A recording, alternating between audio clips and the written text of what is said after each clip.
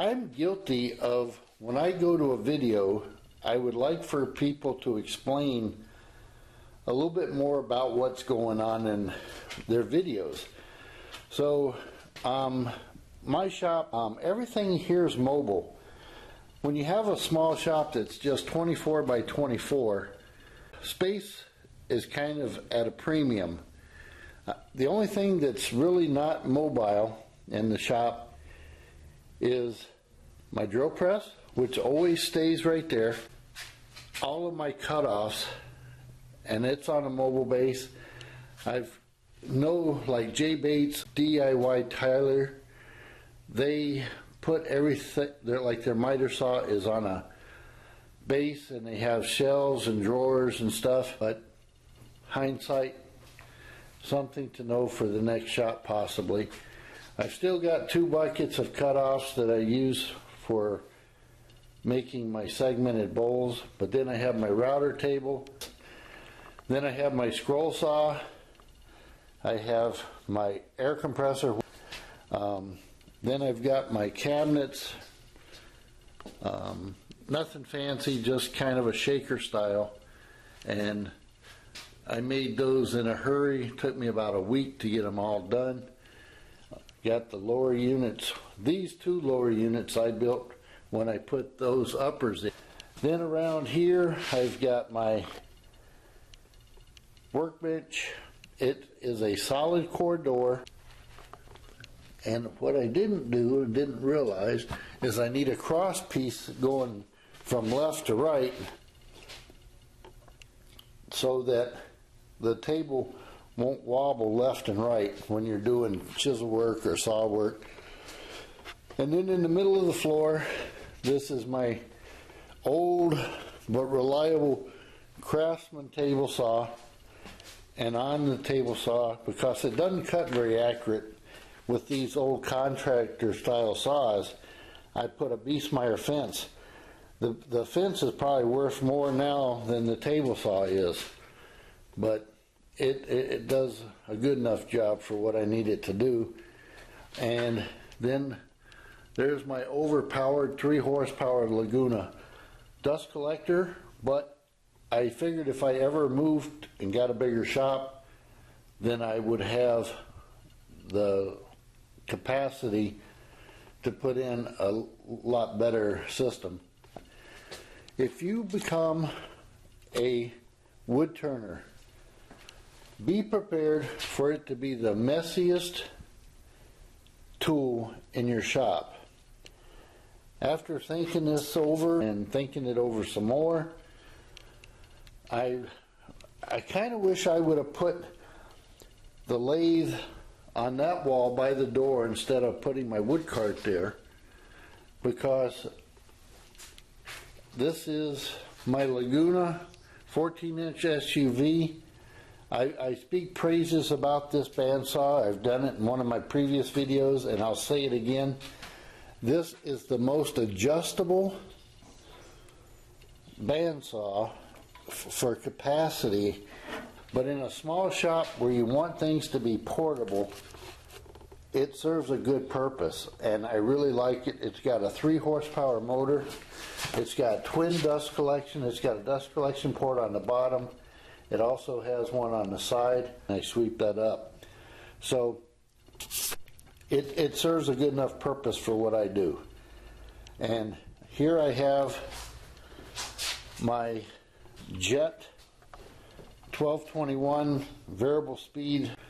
But other than that, for doing pins and small spindle work, it's really good for that. And sometimes it's quicker to just use that than it is to use the big Powermatic, even though Powermatic, this 3520, is still my favorite lathe.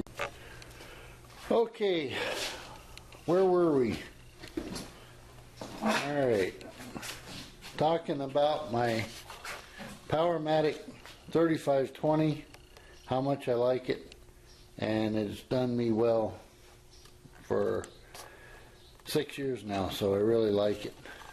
There's a streaking, but if you look across the top of the piece of wood, that's where you get your design and your shape from. So white paint behind the lathe is a good thing. Now, I've had a question from a couple of people on my Instagram channel. How come the plug for my lathe is directly behind the headstock? Well, originally my lathe was going to go at a 45-degree angle to the corner, kind of sitting like this, and well, somehow when I put it in here it ended up this way, but I still think I might turn it at a 45-degree angle here. That puts my cord closer to the socket on the wall, and then I can take my jet, the smaller lathe, and I can put it in here at a 45-degree angle as well, and I can use either lathe to work on stuff, whether I'm doing pin turning or if I'm in the mood to do bigger stuff and bowls and whatnot, I can do that on the bigger lathe. So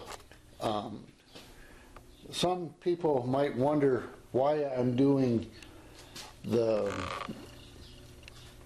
thin stem goblet out of this piece of maple right here and going to do it on the Powermatic. Well, I think mainly it's because it's just I'm used to using the Powermatic. It is a really a good tool becomes like a friend, and you trust it and you use it. So that's the main reason why is it's my favorite tool in my shop, and I use it all the time. So that's the biggest reason, nothing else. So back here on the back wall, to finish things up, I've got my pegboard. My grinder is where it's supposed to be. My spindle sander is where it's supposed to be. And over on the workbench is my disc sander. That's a 12-inch disc sander where it's supposed to be. And this device here is my dust cabinet, dust filtration. Originally, when the shop was built, I had the contractor, the electrical contractor, put a plug in the ceiling, and my whatever brand of dust collection, in between those is two pieces of 3/4 inch plywood that are glued and nailed together or screwed together, and I've got a marking up in the ceiling. I've got a template in my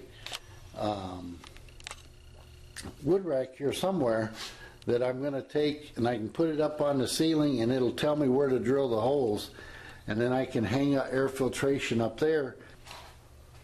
Squirrel cage and a fan unit from a local company here that does heating and cooling, and I put that in this cabinet, and it does a good job. If you wonder why I talk so highly about Jay, I got a chance to meet Jay and April Wilkeson and Nick Ferry. They came out to my shop. Nick was interested in learning about the 14-inch Laguna bandsaw of mine, and when they were here I had them sign this board, and really great people. April, if you watch any of her videos, you'll see that her animals are always in the picture. Well, when she was here, my dog was out in the backyard, and she got tired of listening to the guys talk about woodworking, and she went over and sat down on the edge of the deck at my back of my house and was talking to my wiener dog. And I think if she had asked Chelsea to go, my dog would have went home with her. She's just that nice of a lady. So if you ever get a chance to do one of her meet and greets, go. You really enjoy it, and you really like her. Same thing with Jay Bates and Nick Ferry. They're really good guys. So last year it was really nice to have them out here and get to meet them. I followed them on YouTube for a long time, so you can really learn a lot from them.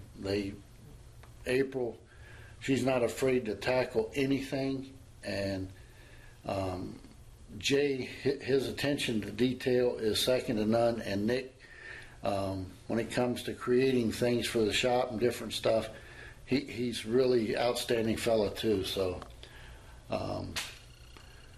hopefully in a couple of years I'll get to that level. I just need to learn how to use a camera. So guys, stick around, and this will be one video, and then I'm going to make another video on how to do the thin stem goblet. All right, bye.